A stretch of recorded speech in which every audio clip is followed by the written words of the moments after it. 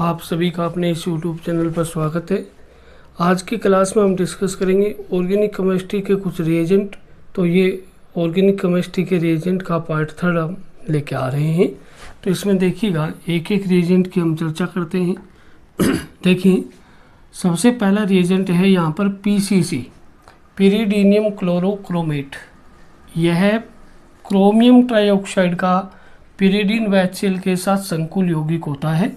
तो अपने से पूछा जा सकता है कि PCC क्या है। तो PCC एक, पहले तो इसका पूरा नाम ध्यान रखेंगे, पिरिडीनियम क्लोरोक्रोमेट इसका पूरा नाम होता है। और फिर यह एक क्रोमियम ट्राइऑक्साइड का पिरिडीन व HCl के साथ संकुल होता है। तो ये अपने यहाँ ध्यान में रखेंगे। अब इसका कार्य क्या होता है वो देखो आप। इसका कार्य होता है, ये प्राथमिक एल्कोहल, ये वाला जो प्राथमिक एल्कोहल है, इस प्राथमिक एल्कोहल का ऑक्सीकरण करेगा एल्डिहाइड में। तो अगर अपने को PCC से अपने एल्डिहाइड एल्कोहल का ऑक्सीकरण कराते हैं तो अपने को यहाँ पर प्राप्त हो जाता है एल्डिहाइड। तो एल्डिहाइड प्राप्त करने के लिए इसका यूज किया जाता है और ये अच्छी लब्धि में, अच्छी क्वांटिटी में एल्डिहाइड को अपने को प्राप्त करवाता है। तो प्राथमिक एल्कोहल का, प्राइमरी एल्कोहल या प्राथमिक एल्कोहल का ये ऑक्सीकरण कर देता है एल्डिहाइड के अंदर। ये बात हम ध्यान में रखेंगे। तो ये यहाँ पर एल्डिहाइड बन जाता है। ठीक है, नेक्स्ट देखते हैं। नेक्स्ट अपना है आज का, ये जो नेक्स्ट हम यहाँ पर देख रहे हैं, तो यहाँ पर नेक्स्ट अपना आ रहा है, देखिएगा नेक्स्ट हम 2 नंबर ले रहे हैं। ये यहाँ पर अपना है निर्जल AlCl3। निर्जल AlCl3 एक लुईस अम्ल है, लुईस एसिड है ये।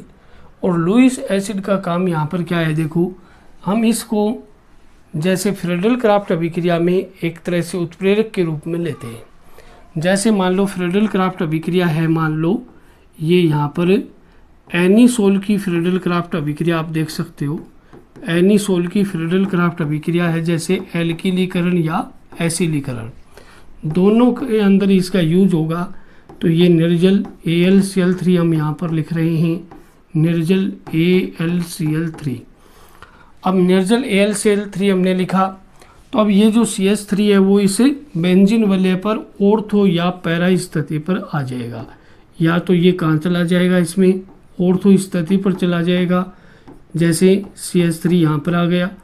और ये कहाँ पर आ जाएगा, इस बेंजीन वलय की पैरा स्थिति पर भी ये ऐसे आ सकता है CH3 समूह। और ये अभिक्रिया फ्रेडल क्राफ्ट एल्किलीकरण अभिक्रिया कहलाती है। ऐसे ही फ्रेडल क्राफ्ट एसिलीकरण अभिक्रिया भी होती है। फ्रेडल क्राफ्ट एसिलीकरण अभिक्रिया में क्या करते हैं, एसिल क्लोराइड, जैसे ये एसिटिल क्लोराइड है, इसकी अभिक्रिया अपने कराते हैं निर्जल AlCl3 के साथ, निर्जल AlCl3 के साथ कराते हैं। तो यहाँ पर COCH3 समूह यानी एसिटिल समूह, देखो ध्यान से, ये इस प्रकार से एसिटिल समूह ऑर्थो स्थिति पर और एक बार पैरा स्थिति पर आ जाएगा। एक बार ये ऑर्थो पर आ गया और एक बार ये यहाँ पर कौन सी स्थिति पे आ जाएगा, पैरा स्थिति पर आ जाएगा। तो ये इस तरीके से यहाँ पर OCH3 है और यहाँ पर पैरा स्थिति पर ये COCH3 समूह आ गया। तो ये यहाँ फ्रेडल क्राफ्ट एसिलीकरण अभिक्रिया हो गई है और ये हो गया फ्रेडल क्राफ्ट एल्किलीकरण अभिक्रिया। अब अपने को देखो इन दोनों में जो उत्पाद बन रहे हैं, मुख्य उत्पाद की पहचान करें तो मुख्य उत्पाद ये पैरा वाला मुख्य उत्पाद रहता है। यहाँ पर मुख्य उत्पाद है वो पैरा वाला होता है। यहाँ पर भी मुख्य उत्पाद है वो कौन सा रहेगा, ये पैरा वाला उत्पाद है वो यहाँ पर मुख्य उत्पाद होगा। तो इस तरह से हम AlCl3 का उपयोग कर सकते हैं। ये एक लुईस एसिड है। नेक्स्ट देखो फिनोल प्लस तनु HNO3। तनु HNO3 का काम क्या है, देखो फिनोल के साथ में अगर हम इसका नाइट्रीकरण कराते हैं फिनोल का, तो फिनोल के नाइट्रीकरण में आप देख सकते हो कि जैसे मान लो फिनोल है और फिनोल का हम नाइट्रीकरण करवाएं तो ये फिनोल हो गया। इसका नाइट्रीकरण कराते हैं तनु HNO3 से, ठीक है, तनु HNO3 है, साथ में CH2 जैसा माध्यम है। तो अब अपने को यहाँ पर करना क्या है, देखो यहाँ पर एक बार ऑर्थो पर और एक बार पैरा पर, ऑर्थो नाइट्रोफिनोल और पैरा नाइट्रोफिनोल इसका मिश्रण बनेगा। ऑर्थो नाइट्रोफिनोल और पैरा नाइट्रोफिनोल का यहाँ पर मिश्रण बनेगा। ये पैरा वाला पैरा नाइट्रोफिनोल और ऑर्थो नाइट्रोफिनोल का मिश्रण बनता है। अब देखो यहाँ पर एक चीज़ और भी है इंपॉर्टेंट, देखो ये ऑर्थो नाइट्रोफिनोल और पैरा नाइट्रोफिनोल है, इनको हम वाष्पीय आसवन विधि से पृथक कर सकते हैं। वाष्पीय आसवन विधि से पृथक कैसे किया जा सकता है, देखो इन दोनों के मिश्रण में अगर देखेंगे तो ये जो ऑर्थो नाइट्रोफिनोल है इसमें अंतः अणुक हाइड्रोजन बंध पाया जाता है। अंतः अणुक हाइड्रोजन बंध, इंट्रामोलिकुलर हाइड्रोजन बॉन्डिंग इसमें शो होती है, तो ऐसे इसमें अंतः अणुक हाइड्रोजन बंध पाया जाएगा।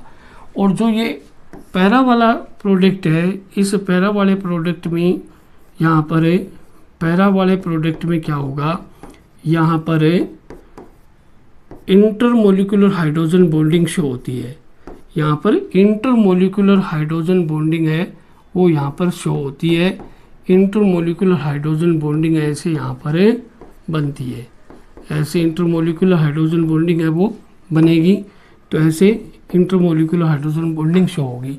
तो यहाँ ध्यान रखने वाली एक बात है कि इन दोनों में कवथनांक कौन से का ज़्यादा है, बॉइलिंग पॉइंट कौन से का ज़्यादा है, तो इसका बॉइलिंग पॉइंट है वो ज़्यादा होगा, इसका बॉइलिंग पॉइंट ज़्यादा हो जाएगा, ये ज़्यादा बॉइलिंग पॉइंट वाला हो जाएगा।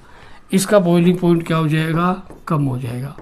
अब जो ज़्यादा बॉइलिंग पॉइंट वाला है उसकी भाप कम बनती है, उसकी वाष्प कम बनती है, तो ये लेस वोलेटाइल है और ये मोर वोलेटाइल है। ये ज़्यादा वाष्पशील है, ये कम वाष्पशील है, तो ये भी हम यहाँ ध्यान रखेंगे।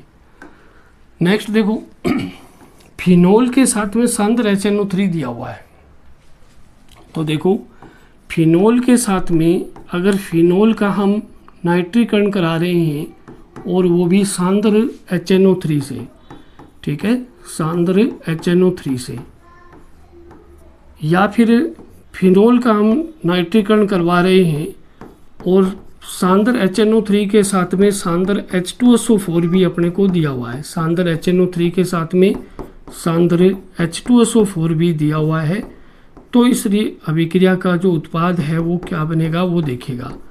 इन दोनों ही अभिक्रियाओं में पिक्रिक अम्ल बनेगा, तो ये यहाँ पर क्या बन जाएगा, देखो पिक्रिक अम्ल बन जाएगा। ऐसे तीनों स्थिति पर NO2 ग्रुप आ जाएगा। ये जो तीनों स्थितियाँ इसकी बनेंगी, इन तीनों स्थितियों में क्या आ जाएगा, NO2 ग्रुप आ जाएगा। तो देखते हैं, देखो इस प्रकार से ये NO2 ग्रुप है वो तीनों स्थितियों पर ऐसे आ जाएगा, ठीक है। इसको कहेंगे अपने पिक्रिक अम्ल, तो ये पिक्रिक अम्ल होगा। और पिक्रिक अम्ल का IUPAC नाम क्या होगा, तो पिक्रिक अम्ल का IUPAC नाम होता है 2,4,6 ट्राई नाइट्रोफिनोल।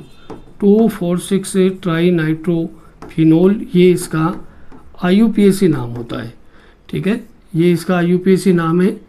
तो ये भी अपने ध्यान में रखेंगे। और अगर ऐसी कंडीशन थी हो कि जैसे यहाँ पर दिखा हुआ है अपने पास फिनोल है और फिनोल के साथ में सांद्र HNO3 के साथ में सांद्र H2SO4 भी लिखा हुआ है, सांद्र H2SO4 भी अपने पास यहाँ लिखा हुआ है। अगर सांद्र H2SO4 लिखा हुआ मिल जाए तो भी कोई बात नहीं, दोनों में ही प्रोडक्ट यहाँ अपने को क्या बनाना है, पिक्रिक अम्ल ही बनाना है।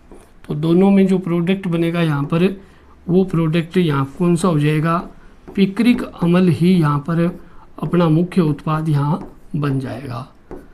तो ये दोनों रिएक्शन है वो ध्यान रखने वाली है कि फिनोल की रिएक्शन तनु HNO3 डाइल्यूट HNO3 से करवाएंगे तब तो ऑर्थो नाइट्रोफिनोल और पैरा नाइट्रोफिनोल का मिश्रण बनेगा।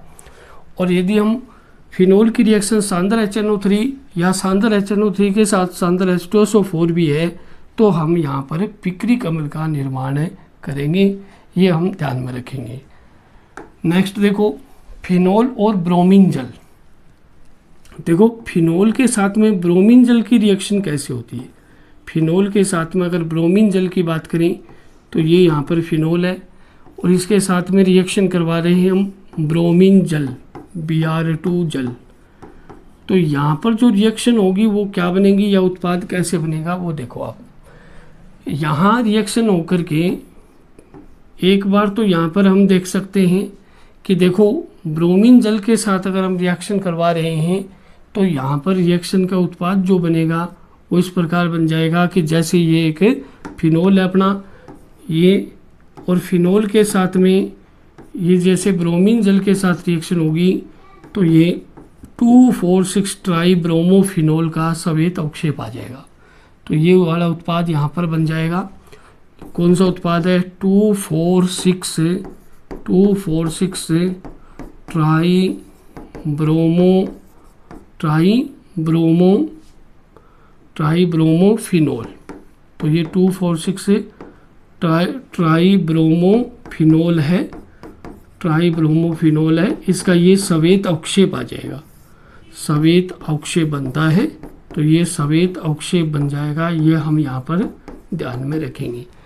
तो जब ब्रोमीन जल की अभिक्रिया हो रही है फिनोल के साथ में तो यहाँ बनने वाला उत्पाद क्या होगा 2,4,6 ट्राई ब्रोमोफिनोल बन जाएगा, जिसका सवेत अवक्षेप यहाँ पर प्राप्त होने वाला है। नेक्स्ट देखो जैसे यहाँ पर हम देखें तो यहाँ पर अब कुल हमने 5 रिएजेंट को हमने यहाँ पे स्टडी किया है, जिसमें सांद्र HNO3 और तनु HNO3 के साथ में डिफरेंट उत्पाद बन रहे हैं। इस तरह की जो रिएक्शन है वो काफ़ी बार एग्जाम में पूछी जाती हैं। तो अगर ये वीडियो आपको अच्छा लगा हो तो इसको लाइक करें, शेयर करें, कमेंट करें। चैनल पे नए हो तो चैनल को सब्सक्राइब करें। ऐसे ही वीडियो इस चैनल पे आपको मिलते रहेंगे।